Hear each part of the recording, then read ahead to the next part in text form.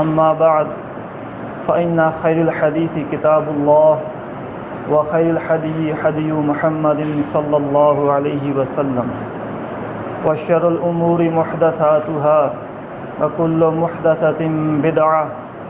وكل بدعة ضلالة وفي رواية الأخرى وكل ضلالة في النار. فأعوذ بالله السميع العليم من الشيطان الرجيم من همزه ونفخه ونفثه. بسم الله الرحمن الرحيم. وقال الله تعالى في القرآن المجيد قاف والقرآن المجيد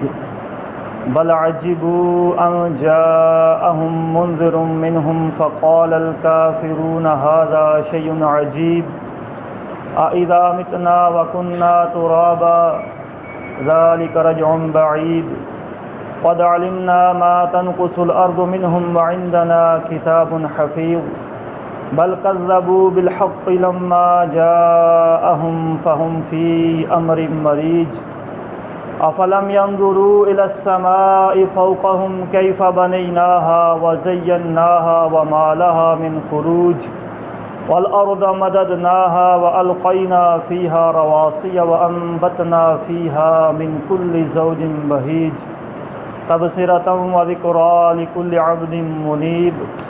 ونزلنا من السماء ماء مباركا فأنبتنا به جنات وحب الحصيد والنخل باسقات لها طلع نضيد رزقا للعباد وأحيينا به بلدة ميتا كذلك الخروج كذبت قبلهم قوم نوح وأصحاب الرس وثمود وعاد وفرعون وإخوان لوط وأصحاب الأيكة وقوم تبع كل كذب الرسل فحق وعيد أفعينا بالخلق الأول بل هم في لبس من خلق جديد ولقد خلقنا الإنسان ونعلم ما توسوس به نفسه ونحن أقرب إليه من حبل الوريد. وقال الله جل وعلا كما ورد في سورة أحد بسم الله الرحمن الرحيم قل هو الله أحد الله الصمد لم يلد ولم يولد ولم يكن له كفوا أحد. وقال النبي صلى الله عليه وسلم إن في الجسد مضغة إذا صلحت صلح الجسد كله وإذا فسدت فسد الجسد كله ألا وهي القلب.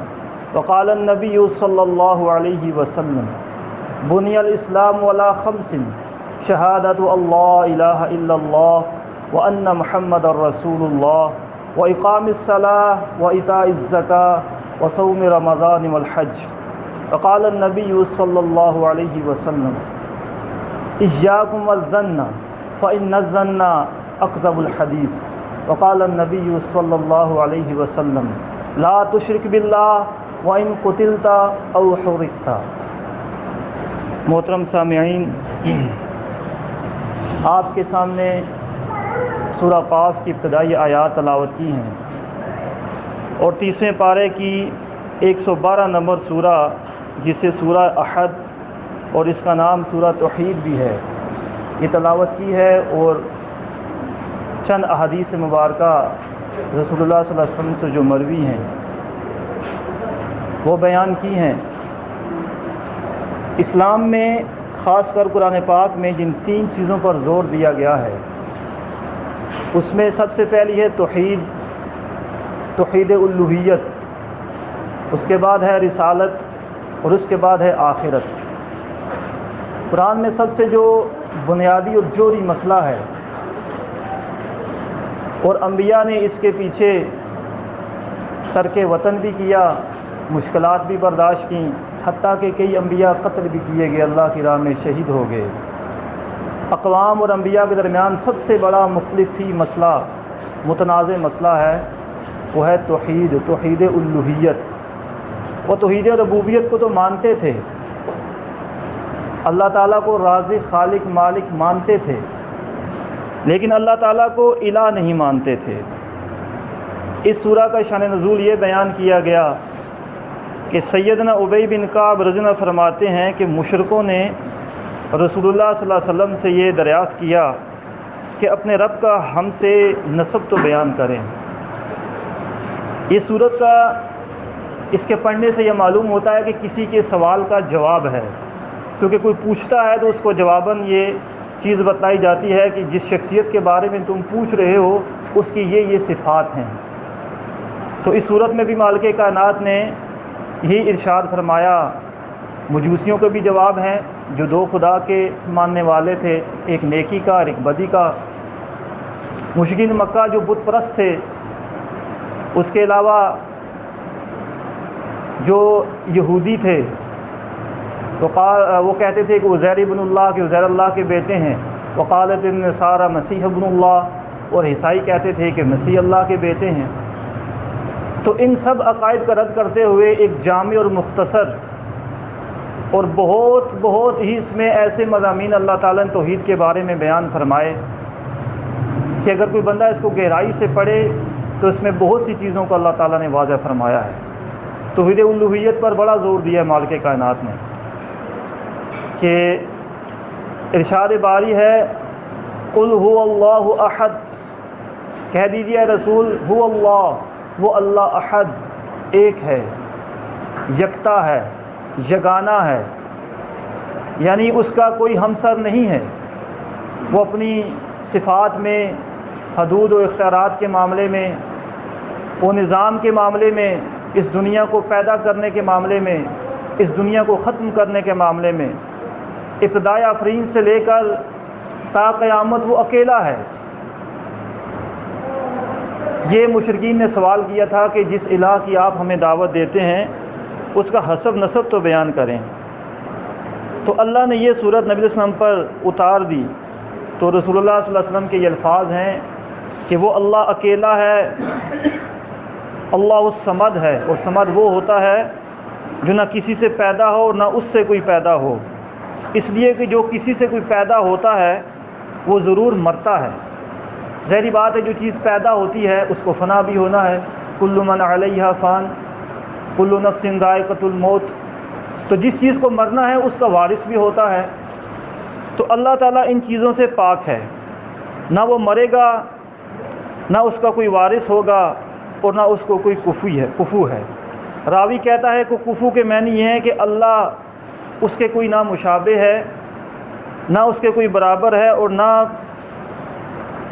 اس کی کوئی مثال ہے۔ یہ ترمذی کتاب و تفسیر میں حدیث آئی ہے، اس کا مفہوم میں نے آپ کے سامنے بیان کیا۔ بالکل اسی طرح جیسے یہ آیات ہیں، اس کی دوسری آیت ہے کہ اللہ الصمد، اللہ بے نیاز ہے، یعنی الصمد وہ ہوتا ہے جو تمام مخلوقات سے بے نیاز ہوتا ہے اور ساری مخلوقات اس کی محتاج ہوتی ہیں۔ جیسے مالک کائنات نے تمام مخلوقات کو پیدا کیا، چاہے وہ زمینی ہوں، چاہے وہ بحری ہوں، بری ہوں، جیسے ہم انسان ہیں یا جن ہیں، اس سے پہلے فرشتے ہیں، جتنی بھی مخلوقات ہیں اللہ تعالیٰ نے سب کو پیدا کیا، اور وہ سب سے پیدا کرنے کے بعد ان سب سے بے نیاز ہے۔ یعنی یہ ساری بھی اکٹھی ہو جائیں تو اس کو ان کی کوئی محتاجی نہیں، بلکہ ان مخلوقات کو ان سب کی محتاجی ہے، اللہ کی محتاجی ہے کہ اس کے کھلائے سے یہ کھائیں گے، اس کے دیے رزق سے یہ اپنی حاجت پوری کریں گے، اور اس کے پیدا کیے ہوئے پانی سے پانی پئیں گے اور اپنی خواہش پوری کریں گے۔ جیسے ہم انسان ہیں، صبح سے رات تک 24 گھنٹے کے دوران کتنی نعمتیں اللہ تعالیٰ کی کھاتے ہیں۔ تو وہ احد ہے، ایک ہے۔ جیسے مشرکین مکہ نے، جیسے سورہ نوح میں آتا ہے کہ نوح علیہ السلام کی قوم نے 5 الہ بنا رکھے تھے، ود، سوا، یغوث، یعوق، نصر۔ ایک آیت میں 5 کے نام آئے ہیں، وہ قوم بھی 5 تنی تھی۔ تو انہوں نے مختلف اختیارات ان سے منسوب کیے ہوئے تھے۔ ان میں ایک غوث بھی تھے، جیسے یغوث ہے کہ فریاد رس۔ بدقسمتی سے آج اس امت مسلمہ میں بھی یہ چیز آ گئی، چاہے وہ محبت میں غلوب کی وجہ سے آئی، جہلیت کی وجہ سے آئی، یا اندھی تقلید کی وجہ سے آئی، بہرحال آ چکی ہے۔ اللہ کے علاوہ ایک شخصیت ہے عبدالقادر جیلانی صاحب، ان کو بھی غوث العظم کہا جاتا ہے۔ کتنا بڑا ظلم ہے کہ ان کو اللہ تعالیٰ نے پیدا کیا جیسی دوسری مخلوقات کو، جیسے انبیاء کو، صالحین کو، صدیقین کو، شہداء کو، ان سب کو اللہ تعالیٰ نے پیدا کیا ہے، رزق وہ ان کو دیتا ہے، چاہے اور ان کے علاوہ جتنے بھی انسان ہیں، انسانوں کے علاوہ جن ہیں، اس کے علاوہ اور جتنی مخلوقات ہیں، سب کو اللہ تعالیٰ نے پیدا کیا، اور مخصوص دو مخلوقات کو، وما خلقت الجن والانس الا لیعبدون، ان سے تقاضا کیا کہ میں نے تمہیں نہیں پیدا کیا مگر صرف اپنی بندگی کے لیے، اور وہ بندگی بھی خالص، شرک سے پاک، کہ اس میں کسی چیز کو شریک نہیں کرنا، چاہے معاملہ پکار کا ہو، چاہے معاملہ دعا و مناجات کا ہو، چاہے معاملہ نظر و نیاز کا ہو، چاہے معاملہ بگڑی بنانے کا ہو، مشکل کشائی کا ہو، حاجت روائی کا ہو، کھوٹی کھڑی کرنے کا ہو، کسی بھی طرح کا معاملہ ہو، وہ یکتا ہے، یگانہ ہے، اس کے ساتھ کسی کو شریک نہیں کرنا۔ پچھلی اقوام کا اگر آپ قرآن پاک میں مطالعہ کریں، ان کا قصور کیا تھا؟ آدم علیہ السلام کی وہ بھی اولاد تھے، جیسے بنی اسرائیل ہے، ساری اولاد یعقوب ہے، اپنے زمانے کی بڑی عظیم قوم گزری ہے، لیکن اللہ تعالیٰ نے داؤد علیہ السلام کی زبان سے ان پر لعنت کیوں کروائی؟ ان کا قصور کیا تھا؟ حالانکہ ان کا دعویٰ تھا کہ ہم انبیاء کی اولاد ہیں، جنت میں تو ہم ہی جائیں گے، اگر جہنم میں گئے بھی تو چند دن کے سوا ہم نہیں رہیں گے۔ تو ان کو اتنا ناز تھا کہ جتنے پیغمبر گزرے ہیں تو سارے ہم میں گزرے ہیں، تورات انجیل کے حاملین بھی تھے، صحیفوں اور صحیفوں کے بھی وہ ان پہ اندر موجود تھے، صحف ابراہیم و موسیٰ، جو موسیٰ اور ابراہیم علیہ السلام پر صحیفے اترے۔ تو دیکھیں ان کا قصور کیا تھا؟ انبیاء، صالحین اور صدیقین کی محبت میں انہوں نے غلو کیا۔ کئیوں نے انبیاء کی رسالت میں اپنا اختیار استعمال کیا، ان کی رسالت کو ایسی رسالت نہ مانا جیسے اللہ تعالیٰ نے حکم دیا تھا، ان کی محبت میں غلو کیا تو اللہ کو چھوڑ کر ان کو پکارنا شروع کر دیا۔ جیسے سورہ مریم میں آپ پڑھیں گے کہ انہوں نے اللہ تعالیٰ کے نبی عیسیٰ علیہ السلام کو اللہ کا بیٹا بنا دیا، عزیر علیہ السلام کو اللہ کا بیٹا بنا دیا، مشرکین نے فرشتوں کو اللہ کی بیٹیاں قرار دیا، اور اس کے ساتھ ساتھ وہ بت پرستی کرتے تھے، اور جتنے بھی صالحین اور انبیاء کے بت تھے وہ کعبے میں بنا کر رکھ دیے، اور ان کے آگے دعا و مناجات کرتے، ان کے آگے نظر نیاز پیش کرتے۔ تو یہ ساری چیزیں دیکھنے کے بعد جو توحید کے اپوزٹ چیز ہے وہ ہے شرک۔ اس قوم میں تقلید کی وجہ سے، جہالت کی وجہ سے، آباء و اجداد کی پیروی کی وجہ سے، یا رسالت کے مقام سے اٹھا کر رسول کو الوہیت کے مقام پر فائز کرنا، جس محبت کی غلو میں نبی صلی اللہ علیہ وسلم نے آخری امت کو منع فرمایا تھا کہ دیکھنا میری محبت میں ایسے غلو نہ کرنا، جیسے عیسائیوں نے عیسیٰ علیہ السلام کی محبت میں غلو کیا تو ان کو اللہ کا بیٹا بنا دیا، تم مجھے اللہ کا بندہ اور اس کو رسول کہنا۔ تو آج اس امت نے وہی کام کیا، حالانکہ اگر ان سے پوچھا جائے، کوئی بھی ہو، کوئی بھی کلمہ پڑھنے والا ہے جو صدیقین، صالحین اور انبیاء کی محبت میں غلو کر کے ان کو بشریت کے درجے سے اٹھا کر ایسی صفات سے متصف کرتا ہے کہ جب ان کا موازنہ قرآن کی آیات اور حدیث مبارکہ سے کیا جائے تو ان کے آگے سامنے یہ بات رکھی جائے کہ بھائی آپ کا یہ عقیدہ ہے۔ جیسے فار ایگزامپل میں نے آپ کو پہلے دی کہ عبدالقادر جیلانی صاحب ایک شخصیت گزری ہیں جن کے بارے میں آج اس کلمہ گو کی امت کی اکثریت کا یہ عقیدہ ہے کہ وہ سب سے بڑے فریاد رس ہیں، ان کو ایک لقب دیا ہے غوث العظم۔ ہمیں سوچنا چاہیے کہ سب سے بڑا فریاد رس کون ہے؟ وہ ہے جو احد ہے، جو بے نیاز ہے، لم یلد، اس سے کوئی پیدا نہیں ہوا، ولم یولد، نہ وہ کسی سے پیدا ہوا، ولم یکن لہ کفوا احد، اس کا کوئی کفو، ہمسر، پارٹنر، شریک، ساجیدار ہے ہی نہیں، کیونکہ جس کا پارٹنر، ساجیدار، کفو ہوتا ہے وہ کمزور ہوتا ہے۔ جیسے انسانوں میں ہیں جن کے شراکت ہوتی ہے تو وہ کمزور ہوتے ہیں، ان کو کسی کی سہارے کی ضرورت ہوتی ہے، لیکن مالک کائنات کو اس سہارے کی ضرورت نہیں ہے، وہ اکیلا ہے، اس اکیلے کی عبادت کرنی چاہیے۔ یہ ان مشرکین کے، یہود و نصارہ کے، مجوسیوں کے سوالوں کا جواب اللہ تعالیٰ اس مختصر سی صورت میں دے رہا ہے۔ اس میں توحید کے اللہ تعالیٰ نے بڑے جامع مضمون بیان کیے ہیں، اور اسی لیے ایک صحابی رسول ہر نماز میں دوسری صورت کے بعد اس صورت کو لازمی پڑھا کرتے تھے۔ رسول اللہ صلی اللہ علیہ وسلم سے جب اس کا ذکر کیا گیا تو نبی علیہ السلام نے فرمایا کہ اس سے پوچھو کہ یہ ایسا کیوں کرتا ہے؟ تو اس نے کہا اللہ کے رسول مجھے اس سے محبت ہے۔ مفہوم حدیث کا اس طرح ہے۔ تو نبی علیہ السلام نے فرمایا کہ تمہاری اس سے محبت تمہیں جنت میں لے جائے گی۔ اور صحیح مسلم کتاب فضائل قرآن اسی سورہ کے باب کی فضیلت میں کم و بیش 5-6 حدیث مبارکہ امام مسلم لے کے آئے ہیں، ان میں بھی اس کو تہائی قرآن کہا گیا۔ کیوں کہا گیا؟ اس میں ایسی کوئی خاص وجہ ہے؟ جیسے ہم لوگ بھی اکثر بھائی ہمارے یہی مختصر سورہ ہر رکعت میں تقریباً پڑھتے ہیں، تو کبھی اس کے معنوں پر بھی ہمیں غور کرنا چاہیے کہ ہم کیوں پڑھتے ہیں، اس کا شان نزول کیا ہے، اس میں کیا اللہ تعالیٰ نے بیان کیا ہے۔ تو آج یہ امت، یہ کلمہ گو امت رسول اللہ صلی اللہ علیہ وسلم کی آخری جو امت ہے، اس نے اللہ تعالیٰ کے قانون کو پس پش ڈال دیا۔ جب ایک احد ہے تو اس کے ساتھ مشکل کشا اور کون ہو سکتا ہے؟ اس کی مخلوق میں سے چاہے انبیاء ہوں، صالحین ہوں، صدیقین ہوں، شہداء ہوں، کون اس کے ساتھ کسی اور کی بگڑی بنا سکتا ہے؟ کون کسی کی مشکل کشائی کر سکتا ہے اللہ کے علاوہ؟ کون کسی کی فریاد رسی کر سکتا ہے؟ بندہ اپنے گربان میں جھانک کر سوچے، کیا اللہ کے علاوہ کوئی اور کسی کی مشکل کشائی کر سکتا ہے؟ کہ اللہ کسی کی بگاڑ دے تو اللہ کی مخلوق میں چاہے وہ انبیاء ہوں، صالحین ہوں، صدیقین ہوں، شہداء ہوں، ان کی اتنی طاقت کہ اللہ کسی کی بگاڑ دے اور وہ کسی کی سوار دیں۔ تو پھر اللہ اکبر جو ہم کہتے ہیں، جو ہم اپنی صلاح بھی تکبیر سے شروع کرتے ہیں، اللہ اکبر کہہ کر، اللہ سب سے بڑا ہے، سپر پاور ہے اللہ، تو کیا ہم اپنی زبان سے، اپنے عقیدے سے اس کی طاقت کو کم نہیں کرتے؟ کیا ہم اس سورہ اخلاص کا اللہ الصمد، اللہ بے نیاز ہے، پڑھنے کے بعد ہم اس کو عملی طور پر اس کا انکار نہیں کر دیتے؟